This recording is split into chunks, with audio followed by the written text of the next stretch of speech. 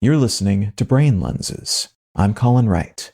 To be contemptuous towards someone or something is to despise, disdain, and or generally lack respect for that person or thing. This stance is sometimes described as a sort of anger towards something or someone we consider to be beneath us, a person of lower status, for instance, or an activity that we would never engage in ourselves, and it often overlaps with emotions and responses like disgust and pity. Contempt can be a useful emotional valence to trigger and harness for those who want to unify groups of people around a cause. Because if you can make a group of people feel contempt for another group of people, your political or ideological opponents perhaps, you can make them feel superior to those others. This is a common tactic in politics for this very reason. Making the opposing party seem not just bad, but less than your party makes it more likely your party will hold together, because who would want to leave the obviously superior group to join up with such pathetic, dismissible alternatives? The Common Ground-seeking nonprofit More in Common coined the term collateral contempt to refer to a tendency by folks in highly polarized political ecosystems to apply their sense of contempt not just to those in the opposing party that they've been trained to disdain,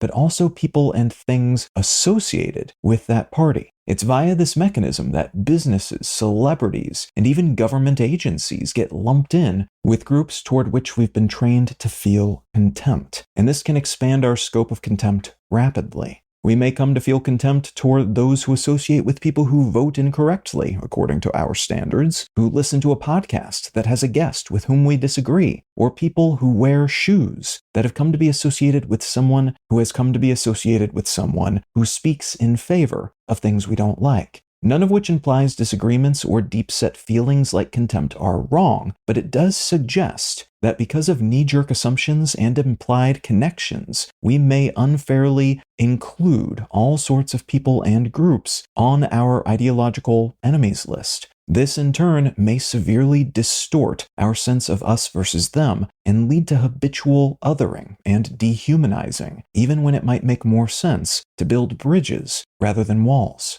I'm able to present Brain Lenses in both its written and audio formats ad-free because of support from listeners like you. If you're enjoying what I'm doing here, consider becoming a paid supporter for the cost of a cup of coffee each month at brainlenses.com.